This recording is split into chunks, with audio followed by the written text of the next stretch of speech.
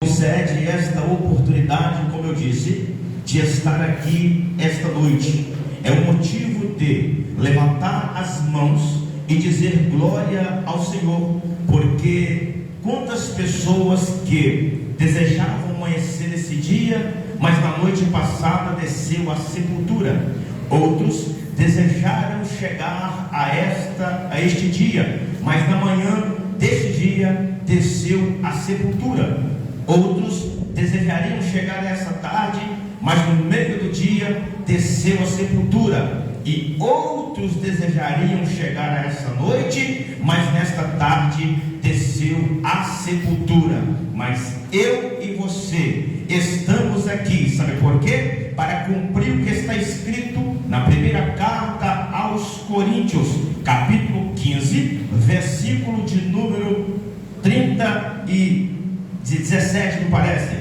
Graças a Deus pela vitória por nosso Senhor Jesus Cristo. E Jeremias escreveu também que a causa de nós não sermos consumidos é a tua misericórdia. E o salmista, no número 124, se não fosse o Senhor que estivesse ao nosso lado, de outra sorte o inimigo teria nos engolido vivo. Mas o mesmo salmista disse que o anjo do Senhor acampa e livra-nos todos os dias, ainda que ao nosso derredor o inimigo esteja bramando como leão, ao nosso redor está o anjo de Deus nos protegendo de uma maneira toda especial. Isto é o motivo de nós estarmos aqui esta noite. Meus irmãos, o versículo 42 do capítulo 18 do livro de Lucas narra-nos mais um dos milagres que aconteceu quando o Senhor Jesus Cristo esteve esta terra. Desta feita, Lucas narra aqui, embora Mateus também narrou e Marcos também narrou esse texto. Nós entendemos que o Evangelho do Senhor foi um só, compartilhado por 4 evangelistas: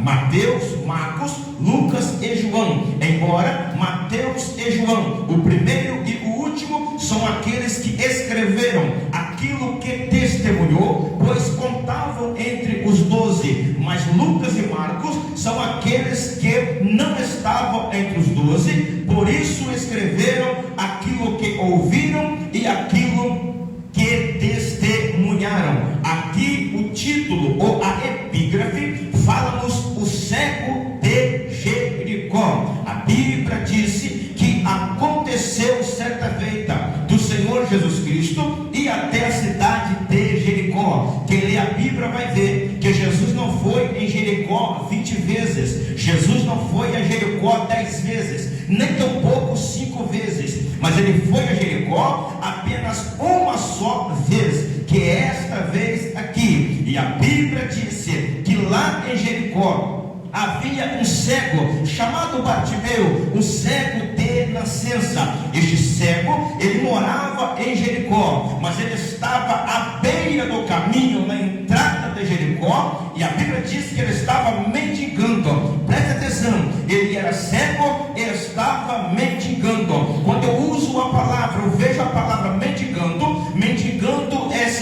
vem a ver de mendigo, e nós sabemos que um mendigo, quando a gente vê ele revirando a lata do lixo, dependente de qualquer coisa que encontrar para matar a sua fome. Quando você vê um mendigo revirando a lata do lixo, ele não está vendo o prazo de validade da comida, ele não está vendo se a comida está com tempero bom, ele depende daquilo aonde ele está, mas ele está vendo o que é que ele quer pegar. Mas a situação desse cego é diferente, porque além de mendigo, ele não enxerga, ele não consegue ver a luz do dia, ele não consegue enxergar nada, ele apenas está ali mendigando, com as suas mãos estendidas, ou às vezes uma vasilha, esperando que alguém o ajude. Aonde ele está? Ele está na entrada de Jericó. Como ele foi parar ali? Talvez alguém o levou até lá, ou ele foi sozinho, apalpando os lugares até chegar lá. Assim é a vida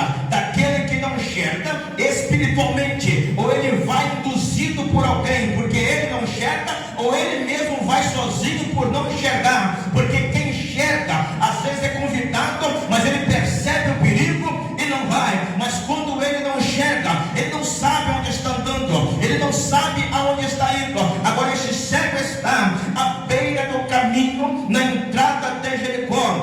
E ali ele está mendigando.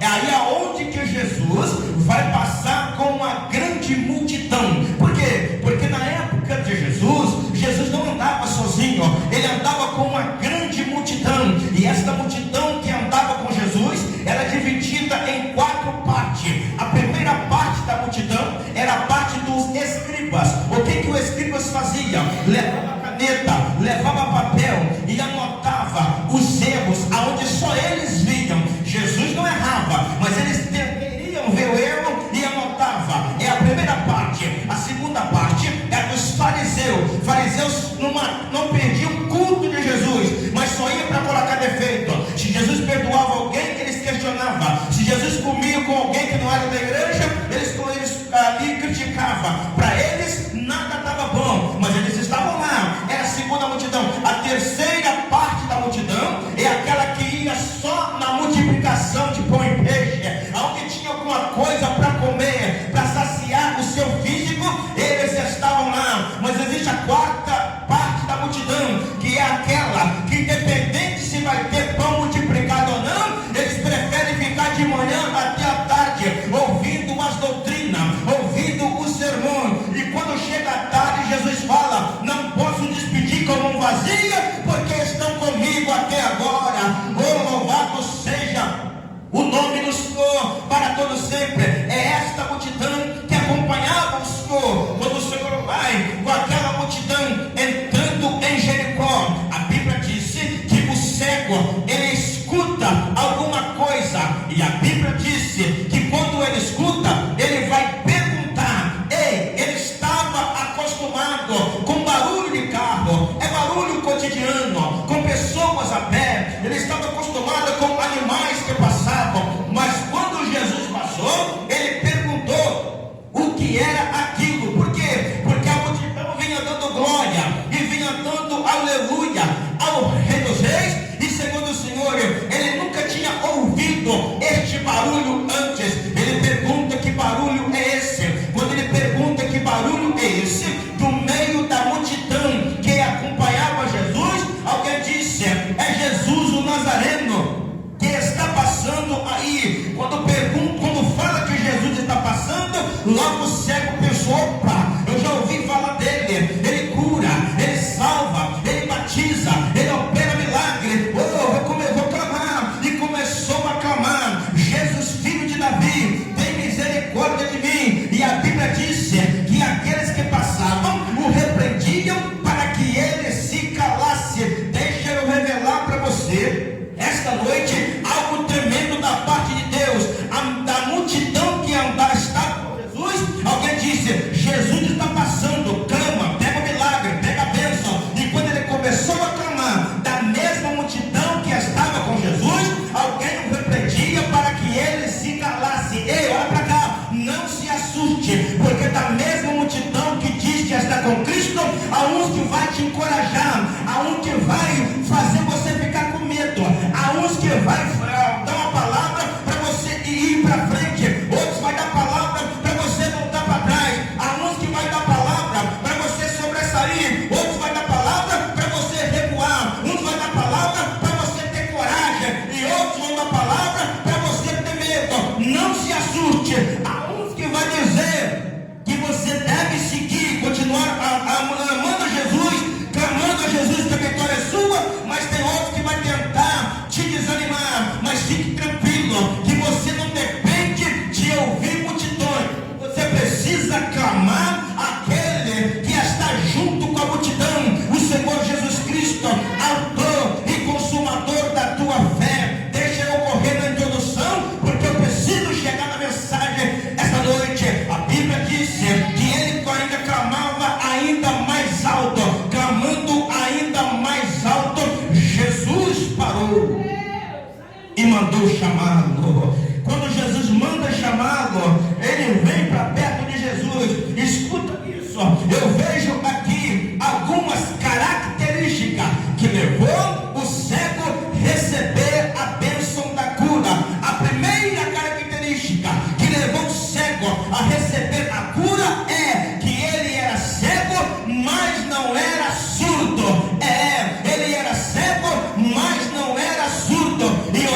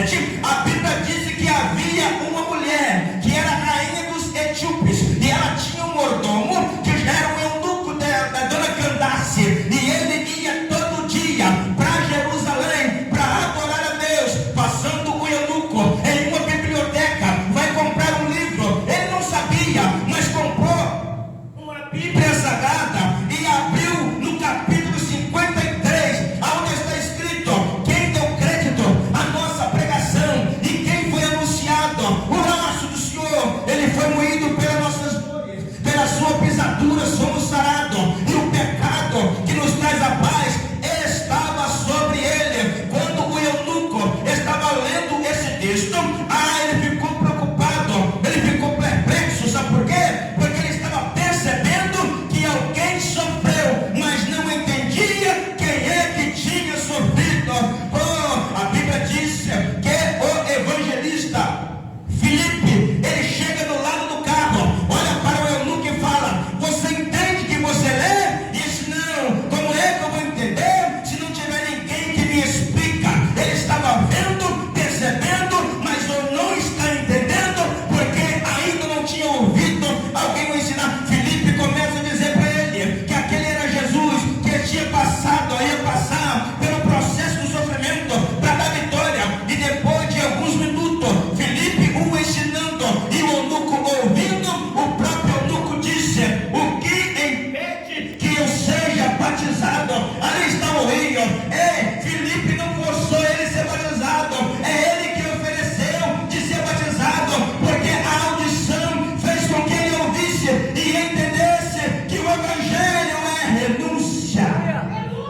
Desceu, Filipe o batizou e saiu das águas. Oh, que maravilha! É a audição que é mais importante do que a visão. Quando eu falo que a audição é mais importante do que a visão, eu vejo no livro do Apocalipse, capítulo 3, quando o Senhor ordena João a escrever as cartas às igrejas da Ásia. E pela Bíblia, são 7 cartas. Agora olha para cá, são 7 cartas diferentes, para 7 igrejas diferentes, em cidade diferente, elogio diferente, crítica diferente, obra diferente, jeito diferente, cada presbítero dirigente, ele é diferente, mas no final de cada carta tem uma palavra igual para todas. Qual é? Quem tem ouvido, ouvido, não é visão não, é ouvido, ouça o que o Espírito diz à igreja.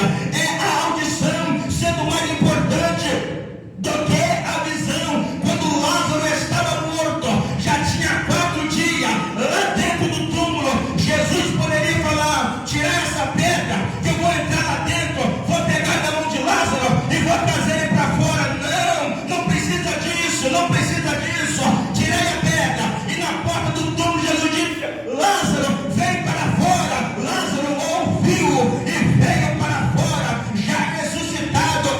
A Bíblia Sagrada disse que no vale dos ossos secos, Ezequiel está lá, é hora de profetizar. Qual foi a primeira palavra que Ezequiel disse? Ossos secos, ouve a palavra do Senhor.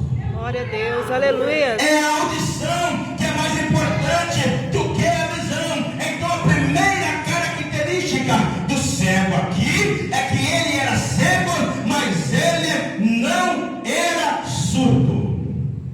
Ouviu a palavra, mas aonde que ele está? Ele está à beira do caminho. Mas a Bíblia diz que quando ele recebe a sua cura da sua visão, ele vai no caminho glorificando e exultando o nome do Senhor. E Jesus não quer que ninguém fique à beira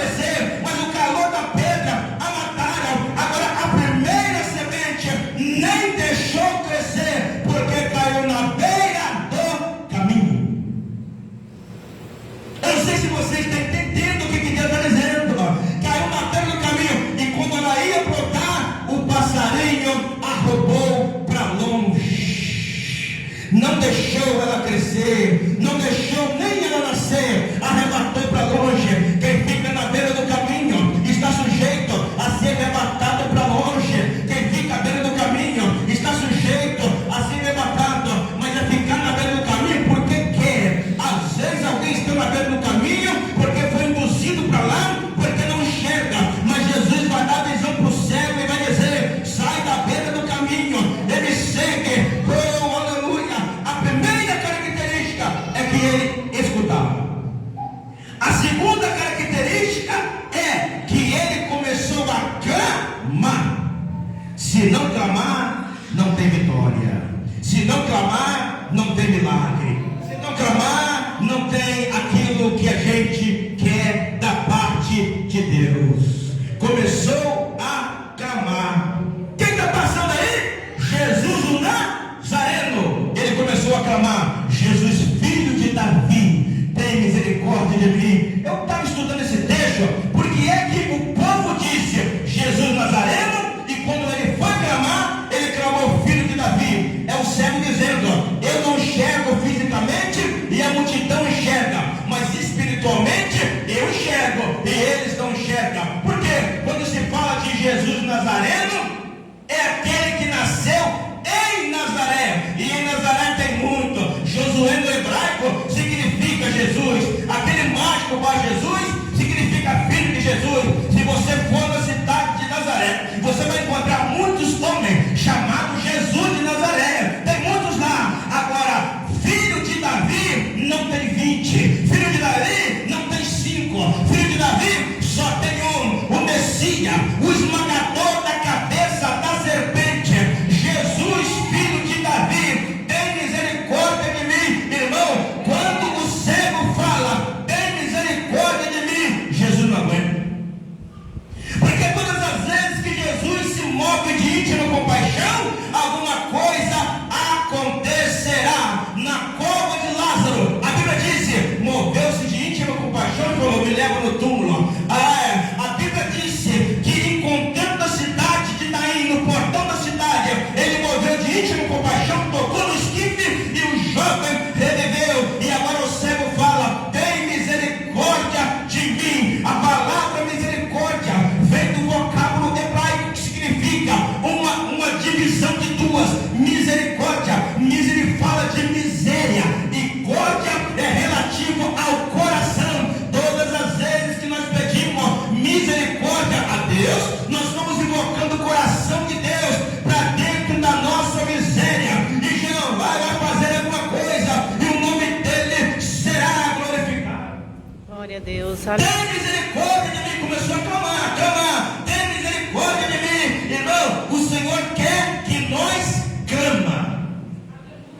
Ele quer que nós clama. Às vezes chega, dobra o joelho e fala: Senhor, o Senhor já sabe o que eu quero, né? Amém. Não vai adiantar nada. Ele quer que você fale o que você deseja. Aleluia.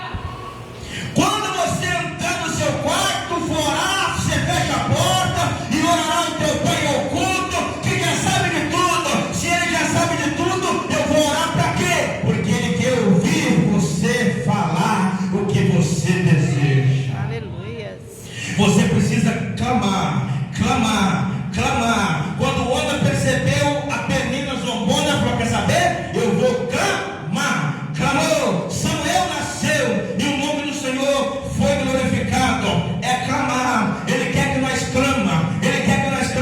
Jeremias 33, verso 3: clama a mim, responder-te-ei e anunciar-te-ei coisa grande e firme que não sabe. É a segunda característica, é clamar. E a terceira é insistir clamando.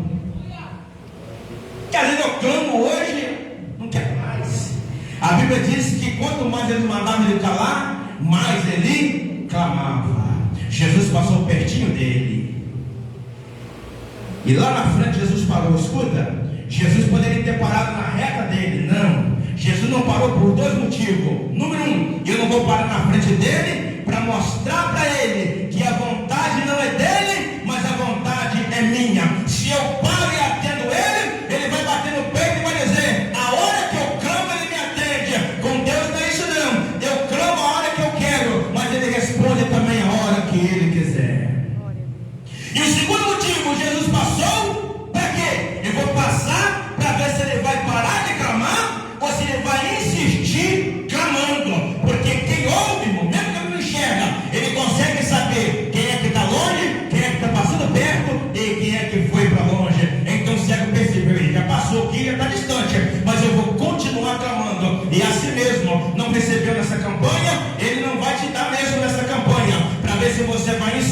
outras campanhas, ou se você vai desistir. Porque com Jesus não tem esse negócio de desistir. O Senhor usou o profeta Joel no capítulo 2, versículo 28, e disse: e há de ser que depois derramarei o meu espírito sobre toda a carne. Passados os tempos, Jesus muda o nome de Simão para Pedro, capítulo 16 do livro de Mateus, e fala: as portas do inferno não prevalecerão, o teu nome é Pedro, e eu lhe edificarei a minha igreja. No final de Mateus, capítulo 19, ele disse: e de fazer discípulos, batizando-os em nome do Pai, do Filho e do Espírito Santo. Eis que eu vos dou poder, pisará leão, escorpião e serpente, e se beber alguma coisa mortífera, não lhe fará dano algum. E ele ainda disse: ficai em Jerusalém, até que do alto sejais revestido do poder de Deus. E no Atos 1 ele disse: e quando o Espírito de Deus descer sobre vós, ser-me-ei testemunha,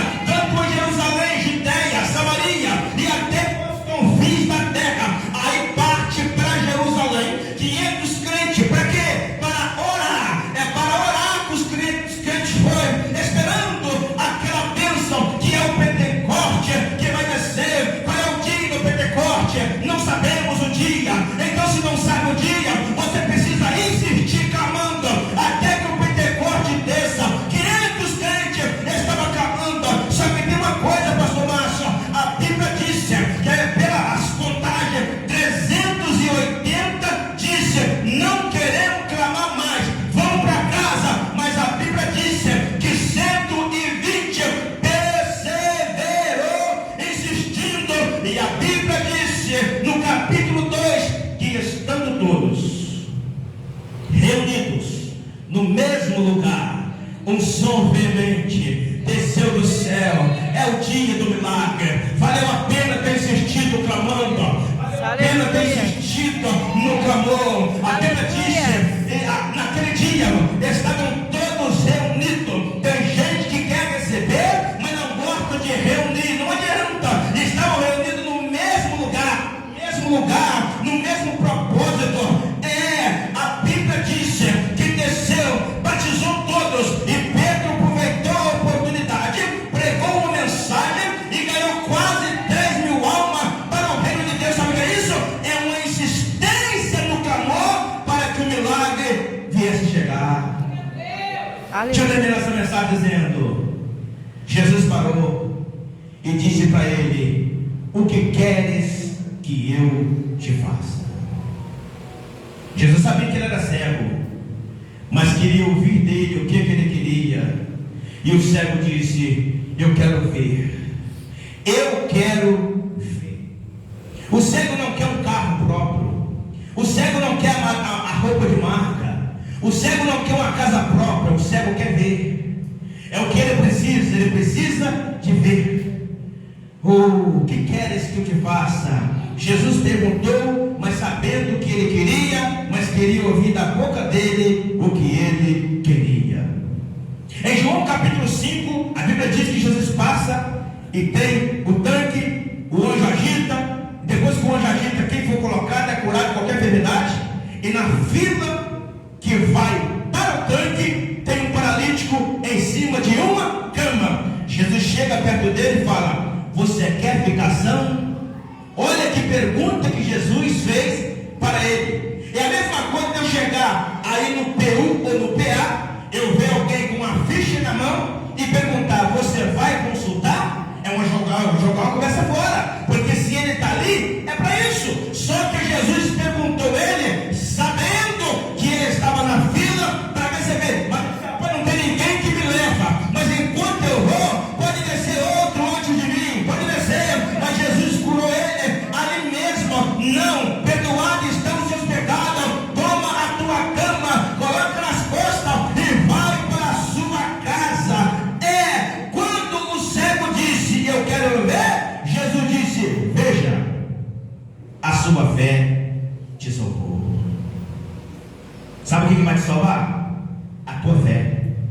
Sabe o que te trouxe aqui hoje? A tua fé. Sabe o que faz você receber a bênção? A tua fé. Sabe o que faz você viver feliz em tempos difíceis? A tua fé. E nos últimos dias só vai sobressair aquele que cumprir o que está escrito: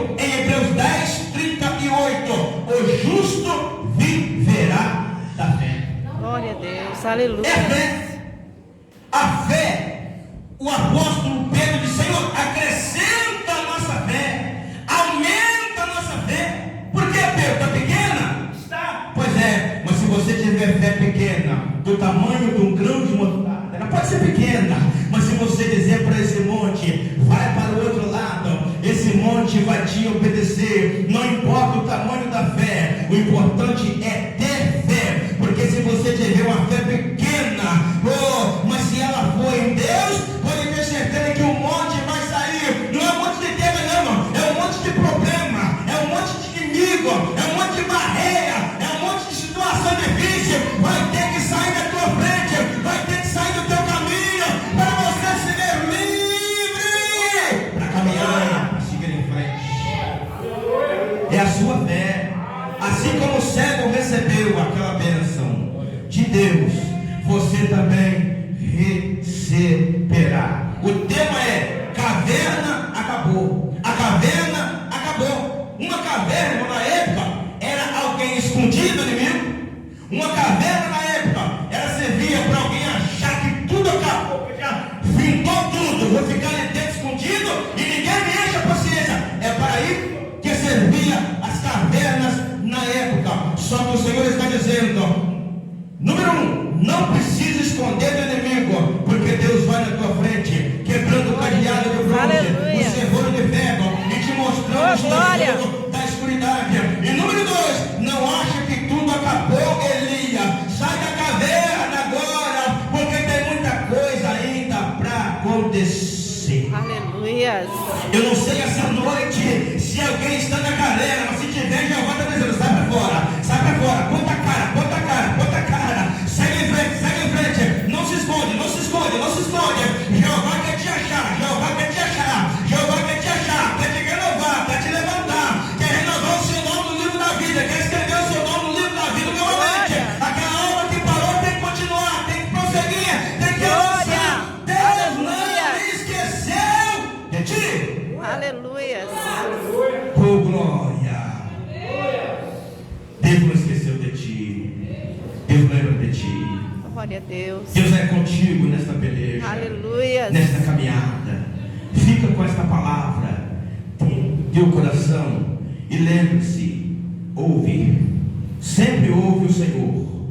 Porque o fato de você ouvir, você alcançará a tua bênção, como o cego alcançou. Segundo, clama, porque pelo seu clamor você vai alcançar a tua bênção. E número 3, insiste em clamar, porque insistindo em clamar, você receberá a tua bênção.